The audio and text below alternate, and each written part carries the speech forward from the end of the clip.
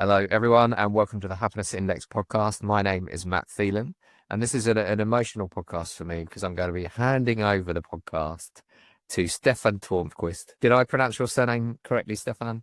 You did, as it happens. I did try my best. People always get my name wrong, so I do try other people. So, Stefan, just to give our guests a bit of background, we are launching our Global Workplace Happiness Report on the 26th of March. And I cannot claim to be the person writing it, but the person on this podcast can.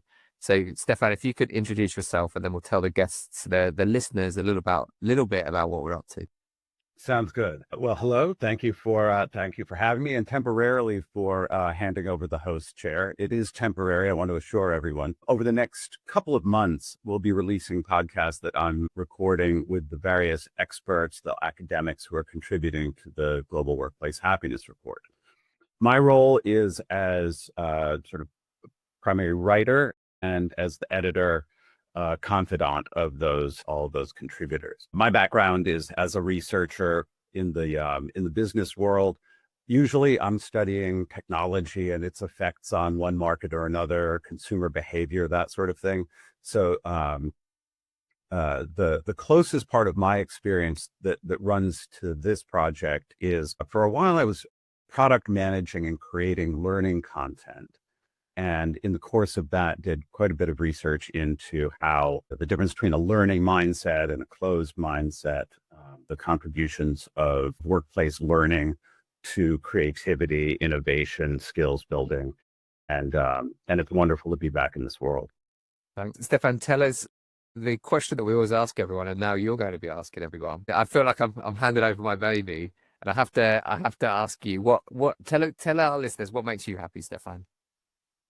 Well, so the version, so I've a little bit behind the scenes. We're doing this asynchronously. So I've recorded a few of these so far, and I've been asking people more, what is making you happy today, sort of thing. Like what has just bubbled up in your life. And so and I've gotten some great responses from, well, we're having a baby, to I'm trying abstract art.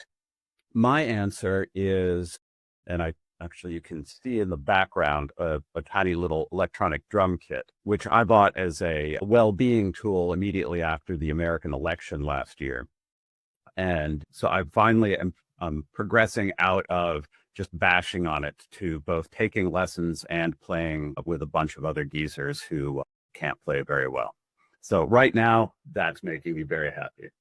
Good. You're already innovating and improving the podcast. They're not going to want me back, Stefan. This is terrible. Stefan, I'll just give a little bit, I'll paint the picture a little bit, and then I'd love you to color it in as we go about the report. So our vision at the Happiness Index for the Global Workplace Happiness Report is, the way that we see the world is, there's loads of amazing work being done on this subject. And there's loads of people out there that want to improve the world of work. But we see it as all like separate. There's all these like bodies of research here, bodies of research there, companies doing this, companies doing that. And we felt by releasing the report, we could bring together all the data and the views of people from academia through to work all into one place, and then turn it into a big event each year just to get everyone in one room. And the way I see the data is it's a starting point for conversations on how we can improve the world of work. So the vision is here around like unlocking the secrets of workplace happiness is what we see. That all is very in the clouds. Take us into like the nuts and bolts of the actual report. Like what's happening on the ground at the moment to pull this report together, and what would it look like? Is it a piece of paper? Is it a PDF? Just bring the report to life for us, please, Stefan. Well, to answer your last question first, it's going to be both. So there's going to be a printed version that's distributed at the event at the end of March, and then a somewhat longer, more detailed version that includes individual country reports that'll be available digitally. Well, as soon as we can pull together all of that data.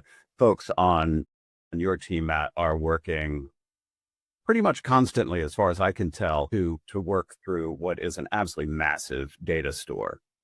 And I'll say something that's impressed me from the beginning is your and the team's attitude towards the quantitative parts of this research. We recognize, all of us, that this is year one, as you're calling it, that it is a starting point with with benchmarks that don't have historical precedent, that don't necessarily have the cultural weighting for us to be able to say, you're not going to find, hey, Finland has the happiest workers in the world. You're not going to find that in this report, and I think that's actually a strength, because we are being very very open and not trying to establish anything that we can't firmly establish.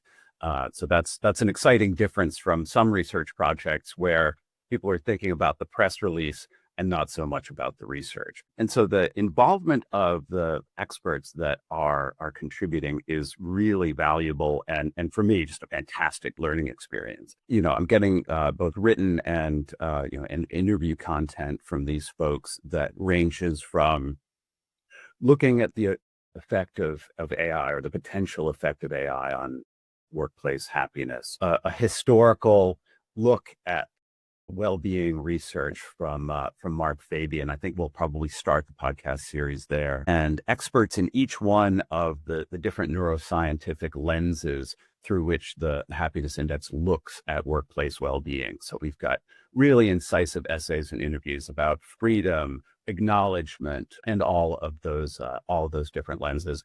It's really fun to put together. It's a lot, though, I will say. Yeah, and you're right, Stefan. Everyone's working flat out on it, and I suppose being open to the listeners, that is one of the challenges of running the happiness index, is that we try and practice what we preach, right? And my one of my main jobs is actually getting people to work less. Sometimes this kind of like weird philosophy, like there's this weird view that happy employees don't do anything. If you actually look in the report around things like purpose and clarity, the thing that I've learned, if you do work hard on giving your employees that, you probably have the opposite problem, which is people get really engaged with it, and you actually have to pull them out for their own well-being, which is another story for another day. But I'm going to go into summary, Stefan, and say I'm really looking forward to actually being a listener, because I know who you've got lined up to come on. I'm looking forward to just taking a step back and enjoying listening to the podcast, not worrying about like this question and that question. So I hand all that stress to you, Stefan. And we're going to have 250 CEOs in the audience in London when we launch this at Google. What does success look like for you, Stefan, as the person who's bringing it together and editing it and doing a lot of the copy? What does success look like for you at the end of it?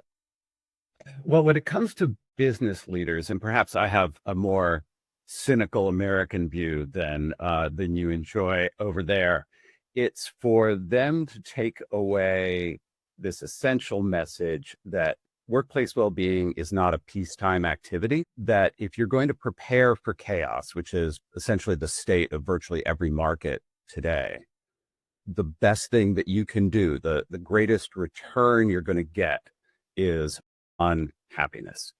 That you're going to have an organization that has greater equity value, that has greater resilience to market fluctuations, and the ability to innovate in a long-term productive way. There are a lot of sort of loftier, perhaps, messages and research in the report, but I'm taking a look, this is not a nice to have view of it.